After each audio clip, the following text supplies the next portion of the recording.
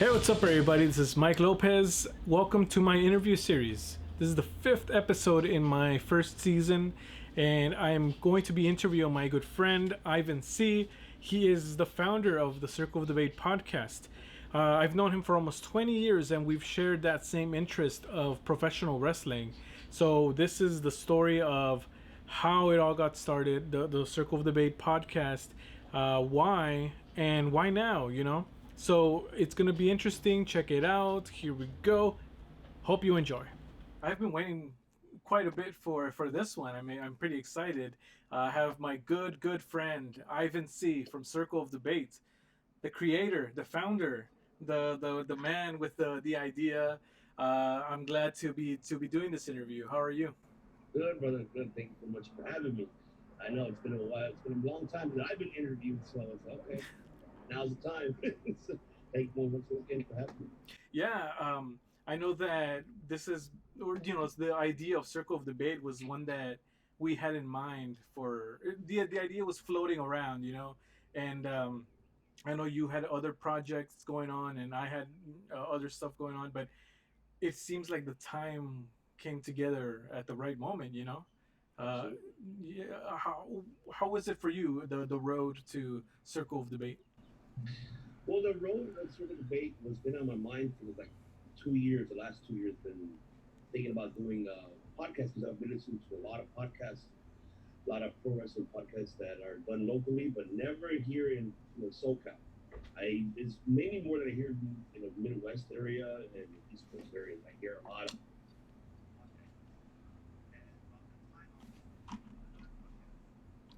came up Black and Brown Movement radio podcast.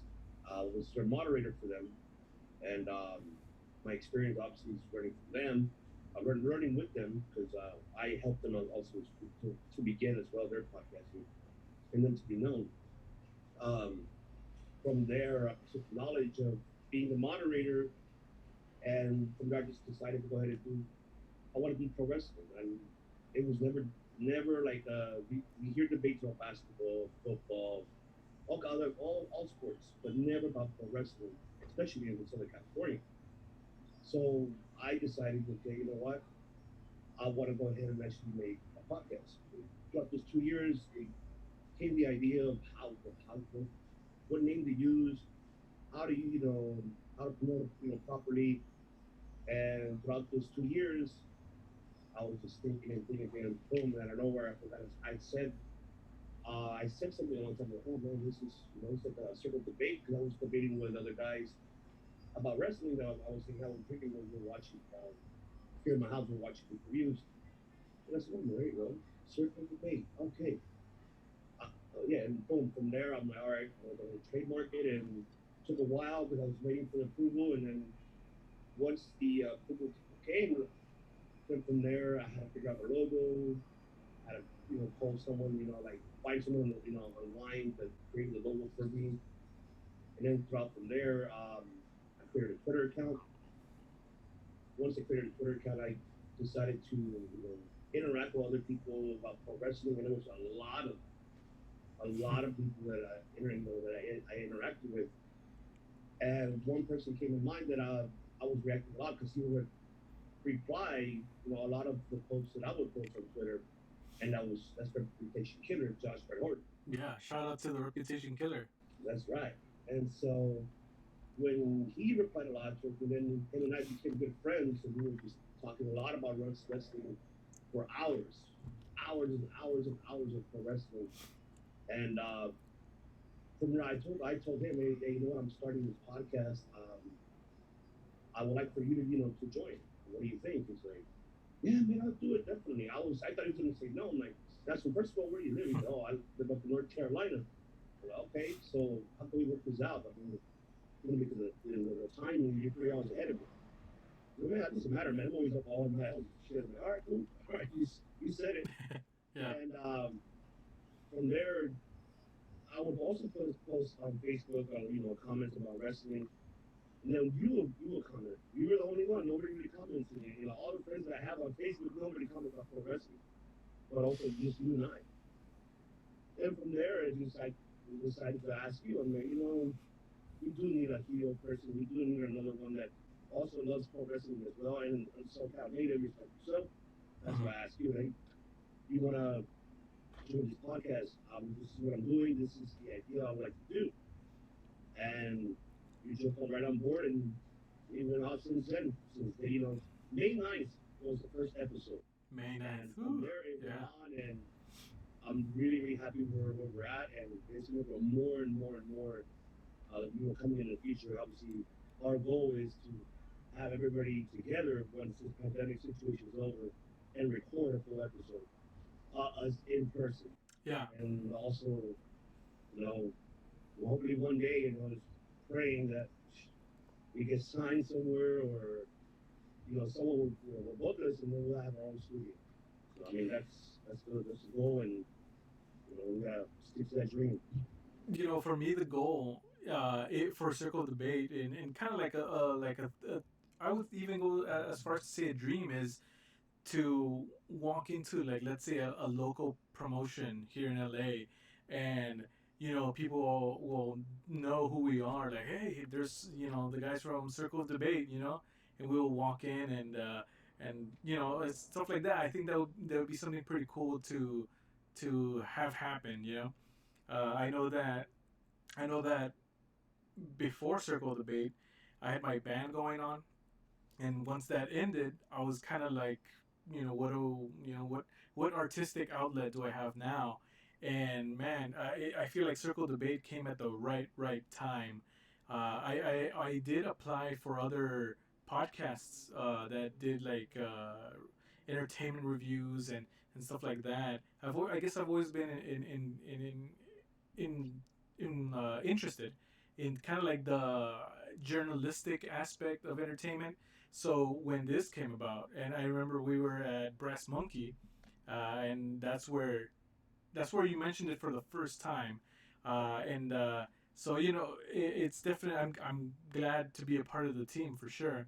Um, and now that, like, for example, in these next few episodes, we're going to be having guests, and we have had guests on the show, actual wrestlers that have been in the ring and have ring experience. How do you feel about, like, for example, we have our review episodes of, we review what happens on Raw and SmackDown, but we also have the interviews. How do you feel is a difference, and how differently you go about each of those episodes? It obviously, doing the research in regards to the person that we're interviewing, doing the research, but then also asking just one questions that's very common that everybody asks, but more make it more intriguing, more exciteful, and for also our guests to feel comfortable and feel, okay, yeah, these guys are cool, and like they're not just like they're not like, oh, hey, how are you about like, no, like not your typical reporter, and Mm-hmm. that's not our style. And our style was more like like a family, homecoming, and express yourself. And obviously the questions that we ask will be you know straight, make it like very blunt, but also intrigued and in a positive manner. And yeah, and maybe there's other questions that they were never asked before. And so, like, that's the type of research I like to do, like especially with the upcoming ones that we're going to have. I mean, make sure that it's the same questions that every person asks, and also just like get separating that from the regular episode because we have a lot to cover. There's a lot of professional wrestling over internationally, and there's a lot of the fans what they like to hear is you know thoughts, opinions, not facts. I mean, we're not we're journalists, but we're more opinionators to give Mm-hmm. opinion and feel what the fans feel. Like we're pretty much speaking for them and making them understand. Like, look, we're like a fan, just like you guys, and we feel the same way, and we're expressing ourselves how we feel about the product, about the talent, storylines, everything, all the above. And with the interviews, obviously, it's very separate, and with them is more, expose them as well, distribute them as well, helping our SoCal natives here in Southern, SoCal, we do have a lot of indie pro wrestling here as well that hasn't been really been exposed as much. I mean, I know SoCalSearches.com, they do it, which is great. You know, they were like the founding fathers here for independent pro wrestling in for Southern California. But it just needs more exposure, more towards the Midwest and the East Coast, just like how they're getting exposure when they come here to SoCal, especially on the West Coast. And that's the goal that I would like to do for our SoCal natives and their promoters and other promotions, and help them out, to put them out there, because Yeah. there's a lot of talent that came from here that are now currently signed with the big promotions. Hmm. And you have to give credit where credit's due to the founding fathers who helped them along the way. I wouldn't mind, helping them and putting it out there for them. And so if people see the channel, then they'll see, oh wow, I guess SoCal does have all these promotions. That's hella dope. I would like to go over there one day. There's certain individuals that would travel to go see an independent show because they see one of their favorite wrestlers they've been seeing on YouTube, and like, I want to see this talented person, and why not help along the way, as well, and help out also other podcasters that we had prior before, that we had a 30 Hills podcast from New York. That was an amazing interview with them, and also with Times of Wrestling podcast. They were our first ones, and they're based in Hmm. Florida, and that's great that we're connecting from the East Coast here in the West Coast with them. And I would love to work with more podcasters that does digital pro wrestling podcast, and help each other along the way, and to get to where we're going to succeed. Yeah. I would love to do that in the future and continue to keep doing that. To be more of a distributor, and but also for ourselves as well. But not only but also help everybody else. That's that's how I feel. Yeah, I think that along it's not just WWE doing their own thing and kind of a monopoly sort of thing that happened at one point, like in the early 2000s. There's so much more that goes into it, down to the local level even. And for Circle of Debate, I feel working with local people, and like you say, getting the name out there of not just wrestlers but other podcasts, I think is very, very important. um, I was watching a video just yesterday about the highest rated Raw episode, and Mm-hmm. how the numbers that show made were just, I think it was like 8 million people or somewhere around that, and that they would wish that they would get numbers like that now. But really, I feel that there's going to be, in the next few years after the pandemic, I feel like there's going to be a boom in wrestling, and I'm definitely looking forward to, as part of Circle of Debate, to bring that up. Um, Absolutely. so to be there when that happens. But I know that we review wrestling every week. What are your thoughts of the whole landscape as far as the companies that are coming up, WWE, and what's going on, like a battle going on between? Because like I mentioned in Circle Debate, that there's talk about promotions working together, helping each other, and maybe even knocking out WWE. What do you think about something like that? Honestly, I don't see that happening. Mm-hmm. It's impossible. I mean, honestly, here's one fact: WWE is a billion-dollar company. It's not a million; it's a billion-dollar company, and do have a lot of shareholders. You have other I mean, obviously you have Tony Khan, he's a billionaire as well, but he's not in looking for competition. He's more revolutionizing professional wrestling, how the ECW type of style, but obviously different, And because now is a new modern era of pro wrestling, everything's changed. It's no longer an attitude. It's now more PG. It's more statistics to it. It's more type of like, we pay attention to the styles of wrestling, how that they use, and this either from a technical, from a high flyer to to a Greco-Roman wrestler. There's so many different type of, to Japanese style, strong style, British strong style, luchador. So like so much, it's differentials, and a lot of things has changed. It's not how it was back in the '80s. Mm-hmm. It's not how back in early '90s where the attitude it was changed so much that the scenery. I don't territories coming together. Obviously, it's not a bad idea at all because they had that prior form back before Vince Jr. ended up buying all the territories. You had your Crockett's, you had you know in the Crockett era, you had the NWA era, you had the Gagnes, you had the Stu Harts, you had the Memphis, the Memphis wrestling scene as well. There was a lot of territories that were sharing talent, and it was actually great. But obviously, there's always going to be a factor because you have your one champion in each territory, and you don't want your champion to lose their champion because that's where Mm. the ego comes in play. And I Yeah. think that's kind of like where it's gonna kind of mess up the relationship, but it's difficult, Like I'll give you an example, like Triple A and AEW. You see how they let Kenny Omega win the AAA Heavyweight Championship, the Mega Championship. He won it, and then obviously he defended it, and right now he still is the champion. Nobody has. Yeah, I was He about to ask about that. Yeah. Yeah, he still is the champion. I don't. I'm trying to think if Ray Phoenix beat him for the title. I think I don't remember if he did or not because there was an event before everything shut down. There was a pay-per-view event in Mexico that Kenny Omega came in, defended his Mega Championship against Ray Phoenix. So Mm-hmm. I'm thinking that Ray Phoenix won, or I think Kenny won. I don't remember who won that match, but see, like you know, like that for example, Ray Phoenix is still under contract with Triple L, Mm.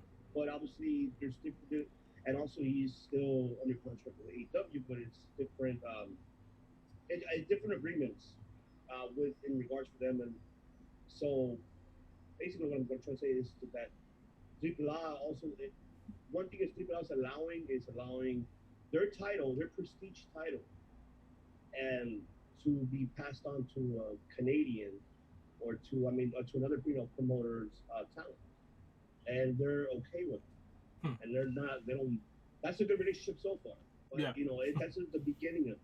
But then later on, once Stipula finds their mega superstar, then they're gonna want that belt back, and of course they're gonna give it back. But let's put an example. If Consejo Mundial, that's another one in Mexico, another large organization, that's like your WCW of Mexico. Let's say they go ahead and collaborate with Triple. And that's going to be another problem because they have their biggest star there and their biggest star to fly. And like, who's going to win? Because you have two biggest territories in Mexico. Obviously, you want to make your promotion the best, Yeah. and that's where it's going to be the problem. So they're having their own war in Mexico. Exactly. Yes, Hmm. they have their own war up there because a lot of the time they go back and forth and they change, And not only that, here's one thing about Mexico that people is, some people, if they're not familiar, is that when it comes to characterizations, they own it. Like for Sin Cara, for example, like how WWE owns Sin Cara, but the original one, that wasn't the original one, it was someone else. And Hmm. it's like the same with how Mystico, who was the original Sin Cara, he Right. doesn't have that character anymore. He had to change his name now. So now his name is Caristico. So he had to change it. So he mixed it with Sin Cara and Mystico and put it Caristico. Okay. So he had to change it. Yeah. So now he trademarked that name and kept it. So it's like I said, it's not a bad idea for territories working together, but that's going to be the major factor is who should be the best, who out of their stars, and that's the only difficulty we're going to have. Yeah. It's gonna be pretty tough to work that sort of thing out. When titles come into play and who's dominant and stuff like that. Um, but we'll see how that goes.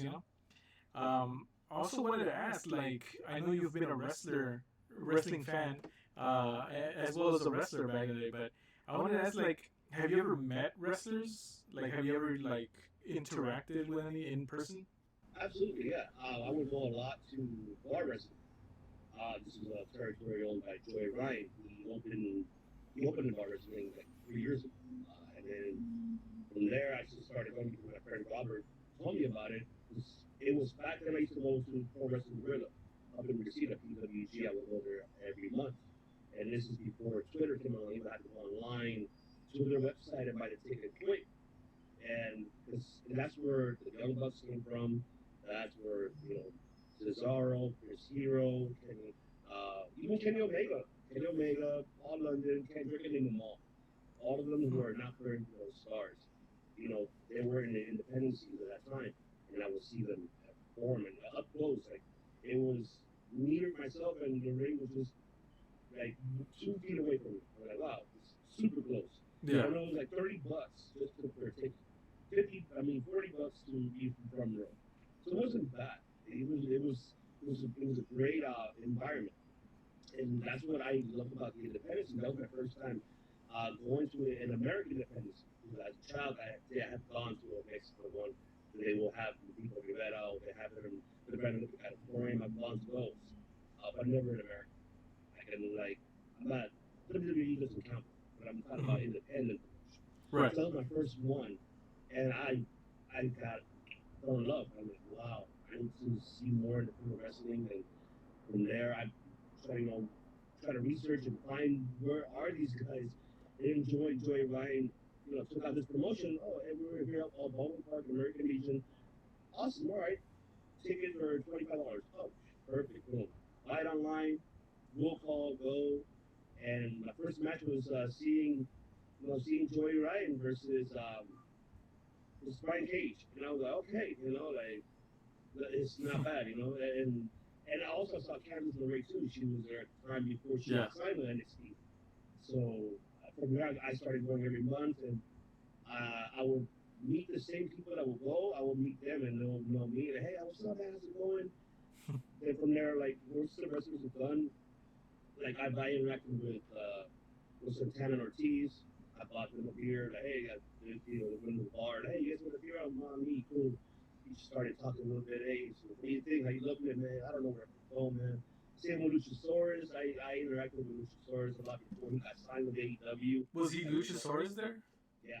Oh, really? Okay. Yeah, he was Luchasaurus there. I've never seen him without the mask, so. I seen him without the mask. Uh-huh. But not in person. I obviously pictures of him. Yeah. But in person, no. And he was a very humble guy too, as well. Very, very humble. He was a little bit crazy, Hey, you got my beer? Like, yeah, man, I got your beer. Boom. And he took the wrong beer. He took the beer that I was already drinking. I'm like, dude, what are you doing? Like, and he just walked away. I'm like, great. And then he walked back. Hey, you gave me the wrong beer. Like, yeah, dude, I was trying to tell you, but you walked away quick. Like, here's the right beer. Oh, my bad, man. Like, just take the other one. I'll go buy another one at the bar. And interacting with them is awesome. And I interacted with a lot with Ray Rosas and Peter Avalon. Peter Avalon is another very humble person. Offered to train my friend Robert and myself to go and support when he left in Oxford. Hey, we have this promotion up there, which I didn't even know they had up there. Championship Hollywood Wrestling. Right. They have it up there in Oxford, and so they go there on every Sunday. They would have it for free, and I missed out on that, not going, unfortunately. But I mean, before this pandemic, but they were, and Peter Avalon was offering free training courses, and then later on he would talk about price, about training, and so but. Meeting these independent wrestlers are very humble because they know it's like how yourself and myself when we were in a band. We did have people. Oh man, I love your music. I love your work. Of course you're gonna show humbleness. Like, thank you, man. Thank you very much. Appreciate the support. And that's how they were as well. And That's interesting. Yeah. That parallel between is being a musician, a local musician, and being like a local wrestler. The parallel with being a local musician and a local wrestler, and how you can start off from the bottom and head to the top, and everything that comes along with that. And like our podcast, right? We're starting from 0 subscribers, we're up to 40 now, and it's gonna only keep getting better. What are some of your plans for the future of Circle of Debate? Well, I want to expand it more. As of right now, I mean, just we're only having it on the YouTube channel. For later on throughout, I'm planning to go ahead and maybe expand it to Spotify and uh, maybe SoundCloud. I'm actually considering go ahead and putting all the audio files there. Um, and also, I'd like to do more interviews and more. Hopefully, when this pandemic is over, we're able to do outside interviews, when we go into any promotions and have the opportunity to, to interview these, independent pro wrestlers and, help them out as well. And, do more interviews and do more interactions. Also expand it as well besides pro wrestling. We also want to mixed martial arts to it. Maybe also one day out of the blue, one day I'll do, let's say, uh, NBA one or football one, Premier football one day, but also mainly more mixed martial arts out there. I want to implement that more as well because we do have a lot of pro wrestling fans that are also UFC fans, Bellator fans, any other mixed martial arts promotions. That I wouldn't mind even as well interviewing them either. Like that would be awesome to interview MMA fighters as well, and just pretty much make Circle Debate more of a distributor for everyone and for ourselves, and not only just focus on one thing, but also on one category, but also focus on different categories as well, and maybe also is besides just doing sports, because we do consider professional wrestling a sport, which it is in our book, in our opinion. Even though it's self prediction, but the moves and everything else is a sport, Yeah. and believe me, it hurts. Oh yeah. We've been through that. We used to It do hurts. some high school wrestling back in the day. Mm-hmm. So we know that it hurts. So also as well, I would like to do also as well culture. Also want to go ahead and you know there's a lot of local restaurants that are mom and pop shops are so good, and it's why not? But other influences also like Anthony Bourdain is like one of my other biggest influences. I love how he tells a story about his food and his culture and why, and it's amazing how he puts it out there. And I would love to do something like that as well. Us going to a local mom and pop shop, eat food, and ask them how they got started, and and just pretty much help them, as well, expose their culture of the food and their culture of like everything that they've done, and I want to do that. And I think that's what was missing here, especially in SoCal. I know a lot of people do that when it comes to um, SoCal food. I know they do it here a lot, so I'm not obviously trying to critique them at all. But I would like to see other restaurants, local mom and pop shops. Yeah. Not your basic ones that you see in every YouTube channel, just different people, but mostly the same restaurant. No, like look for other ones that are like, why is there a line there? Yeah. When you want to go there and see why, and you try the food, but they never got exposure. Why not expose theirs? Just that's like another thing that Bourdain does too. He doesn't really focus on the same restaurant everybody goes to and interviews and talks about their culture. No, I want to expand that and give the people, especially let's say they come here to SoCal, like, oh, okay, I heard about this on this channel. I should go try this one out. Boom, you know, I wouldn't mind doing I think that's great. I know that, for example, if we did like a food segment, maybe why we're choosing kind of more like a as a group thing, more so than just an individual. I think it definitely could work. A lot of places. LA is a big place, so there's a lot of options and stuff. Um, but also in the wrestling or in the podcast category, what are some of your favorite moments from Circle of Debate so far? Is there anything that stands out? Like I like that episode, or I like when we spoke about that, or sort of thing. it. I like every episode because it's every different. I love from the beginning one, obviously my favorite one. I go back to it because I remember I edited it before, you know, one of my first editing skills was learning how to do that Yeah. and finding music for free first episode was great. I mean, even though it was like I don't know, an hour, I think an hour 43, almost about 2 hours. Uh, but it was amazing because we had a lot of support and they're like, oh my god, you guys are doing this, yes, and it's actually happening every week, and I love it at the fact that we started as three of us, Josh and yourself, myself. I loved it, and then later on, obviously we added the fourth member. We added Matthew Steve. We added him. That was a yes, Max Kellerman. You're watching this, yes.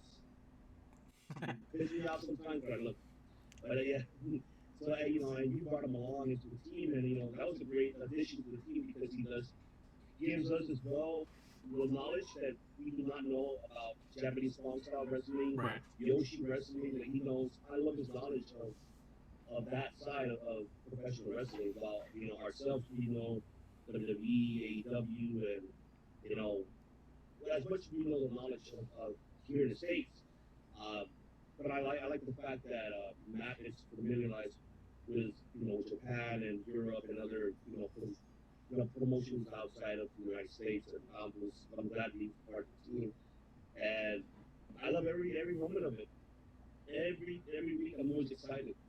I'm always excited. I always have my paper. I'm writing down. I have that booklet for me that I have. I'm saving it because that's like the first. I write everything by you know I'm old school, man. I always like to write my notes down.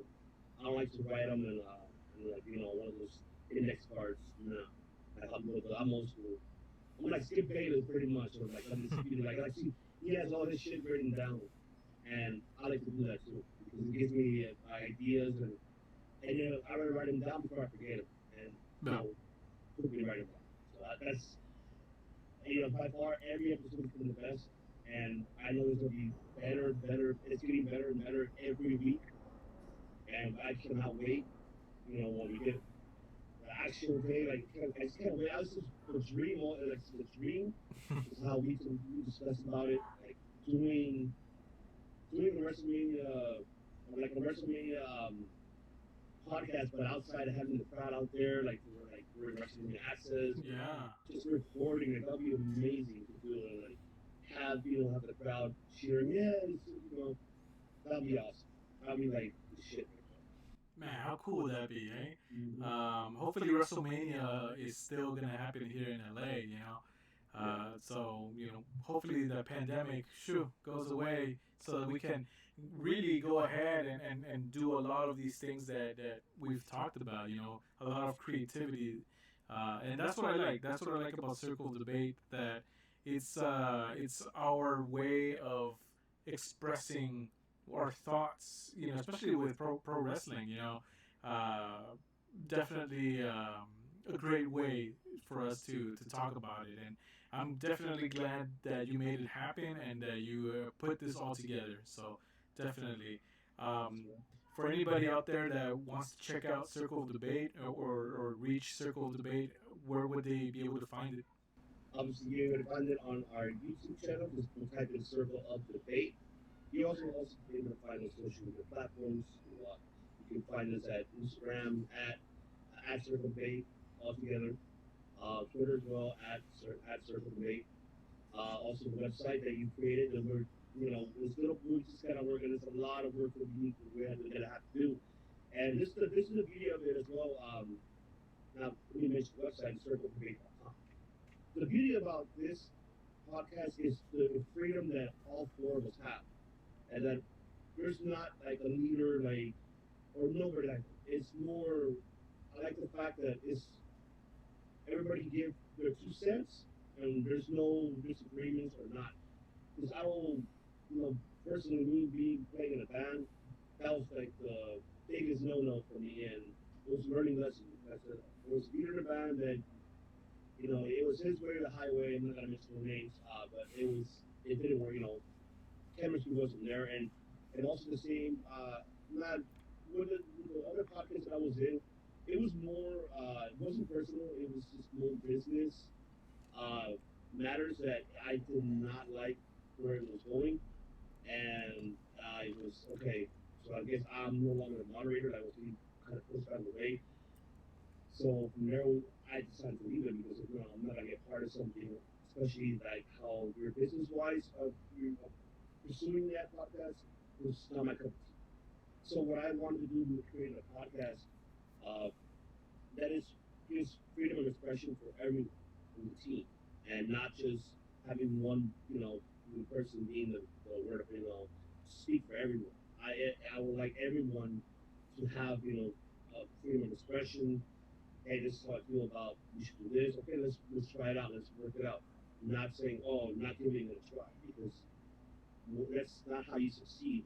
Is you succeed by working as a team and coming together, brainstorming different ideas, creativities, trying them all out and see which one fits best, and everybody can be okay.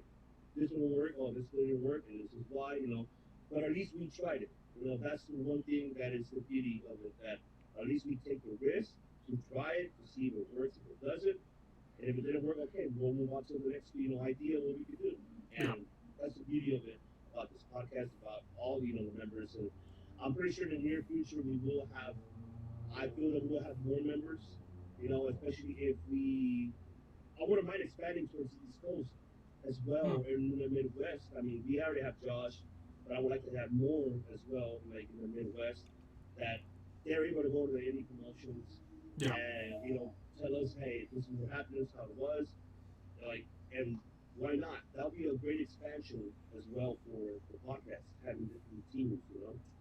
Besides here, in California, we can have it out there as well. That would be a dream to do as another dream goal as well. Have adding other team members to it. They're able to record in and let telling the fans, telling the viewers, subscribers of what's going on out there in the world as well. That would be awesome, especially in Japan or in Mexico. Like that would be great. That'd be great. Absolutely, man. Sounds good. Mr. C, Ivan C, thank you again for this interview, and I look forward to what's next for Circle Debate and being a part of it. So thanks Definitely. again. I appreciate you, man. Thank you very much for having me. And don't forget, guys, tune in. Tune in to Circle Debate. Also, don't forget to subscribe to this YouTube channel as well. We're going to have more episodes coming for you guys. That's right. That's right. All right. See ya.